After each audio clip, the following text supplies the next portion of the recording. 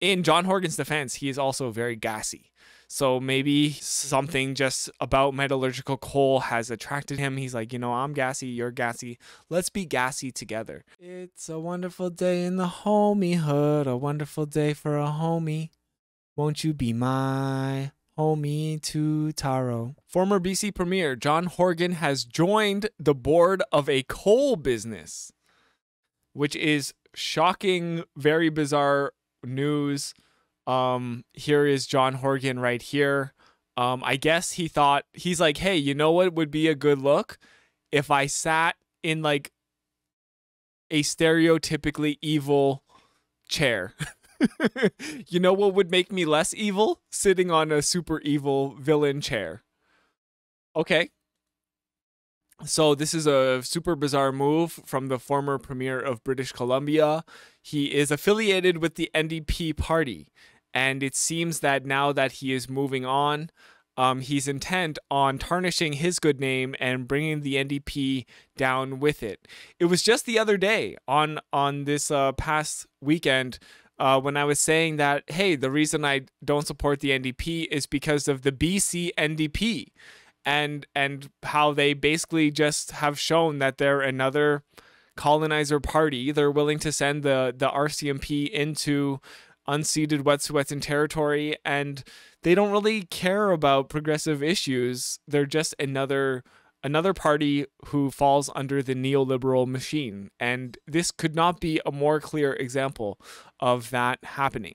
So former British Columbia Premier John Horgan is taking a job in the coal industry and says he is not worried about the criticism the move may draw. Basically, John give zero fucks Horgan here coming in and being like, I don't even care about the optics anymore. It's like, okay. The one thing I will say about John Horgan is that he is a cancer survivor, just like myself. And that's partly why he had to step away from politics, is because he was undergoing cancer treatment and was not in the best of health and maybe could not fulfill his duties. And to that, I sympathize with him. But then I also think, shouldn't surviving cancer give him like more empathy, a more humanist approach? Like it certainly has for myself. And isn't global warming and contributing to global warming going to have like negative health outcomes for a lot of people in the world? It might not necessarily be cancer, but I think for me, I've really kind of felt like, hey, life is limited, life is precious. I better spend it doing what is like really important and advocating for systems that are going to result in positive outcomes. So John Horgan here having a different kind of realization, maybe, that he has to make as much money as possible before he dies, at the expense of the environment and the people who have to work in this industry and might get cancer or other health conditions as a result. The new business will focus on producing coal to make steel. Now, a lot of people here are saying, well, it's a certain type of coal that is used in steel production, and therefore it's more ethical. It's not like they're shoveling steel into a locomotive and just like shooting the fumes of coal into the air or anything. But we're gonna get to that in a moment, and we're gonna see if like this is like a true thing. So John Horgan here, giving zero fucks, says, I've got other things that I'm going to be working on that may be more to the taste of those who would kick up some dust. But the people that are kicking up dust oftentimes kick it up for the sake of kicking it up, Mr. Horgan said in an interview. So absolutely like amazing that this man is a politician, and this is how he is able to orate and conduct his amazing rhetorical skills here. Kicking up dust. Oftentimes, kick it up for the sake of kicking it up. Okay, yes, that is often true, but I think in this case they're kicking it up to say, hey, look how hypocritical the NDP is. Look at how the NDP is really no different than any other of the mainstream Canadian parties. That's kind of the big takeaway from people kicking up dust in this case. I don't have a lot of time anymore. None, in fact, for public comment on my worldview or what I am doing with my time. I don't want to be snippy about it, but there are others that are making policy decisions. So he's basically like, why was this man ever a politician if he doesn't even care what the optics are? And really, it's kind of funny because he's really throwing David Eby, the now NDP premier, who is basically very aligned with John Horgan, and they made a concerted effort to actually make sure that David Eby was crowned the new emperor / premier of British Columbia. They went as far as, some say, rigging the election so that David Eby was the only person in the race. Mr. Horgan remained an MLA until Friday. So yeah, this is all like happening on April Fools. It seems like it could be an April Fool's joke, but it's not. So on Friday, which was March 31st, he finished as an MLA, and it seemed like by the end of the day, he was already working in the coal industry, which is also another thing we can highlight here, that, there's a revolving door between like politicians and higher ups in these resource extraction corporations. And it's not something that has been unknown to the public, but it is amazing to see such a blatant example happening here. He conceded there may be a knee-jerk reaction to his move to coal, but he noted there's a difference between coal used to make electricity and coal used for metallurgy. There seems to be some potential that he's like pretending to be like an alchemist here, like he's going to turn coal into gold and use it to power cars or something. I don't know, but he doesn't know really what he's talking about. This is kind of like a misdirection.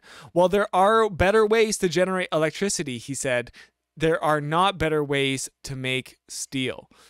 But that doesn't mean that you have to be on the board of a coal mining company. Just because something isn't as bad as other things, which might not even be true, it doesn't mean like, oh, you have to be part of it. It's like, it would be like, hey, I would never be the lawyer for the KKK, but I would maybe be a lawyer for like a known white supremacist terrorist. It's just like, okay, just because it's not the worst thing, it doesn't make it okay that it's like still a really, really, really, really bad thing. It's like, so we have Charlie Angus here, who is currently an MP with the NDP, and he is calling out John Horgan. John Horgan says there may be a knee-jerk reaction to him joining the board of a coal company, cashing in as the planet burns. So this is what we want to see. It's been too long of the NDP not calling out their own when they're engaged in this super neoliberal activity, which there could not be a more clear example of here and in the Wet'suwet'en unceded territory.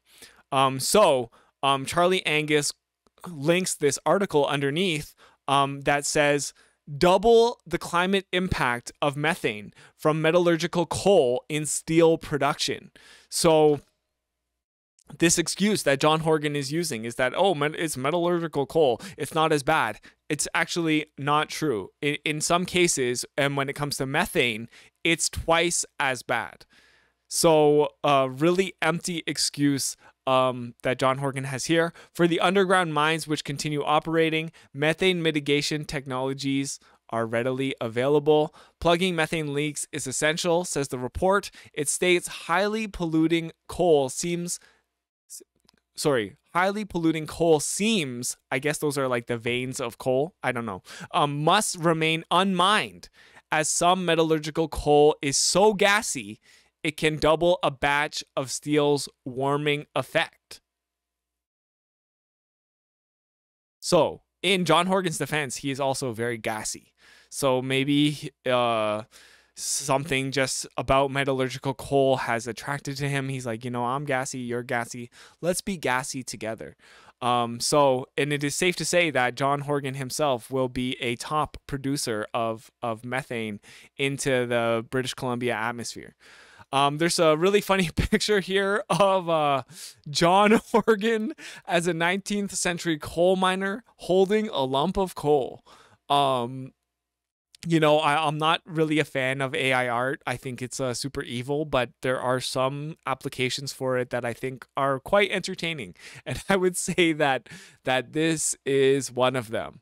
A lot of like Canadian figures have been put onto this on this Twitter account who does AI. Of course, we've heard nothing from David Eby himself.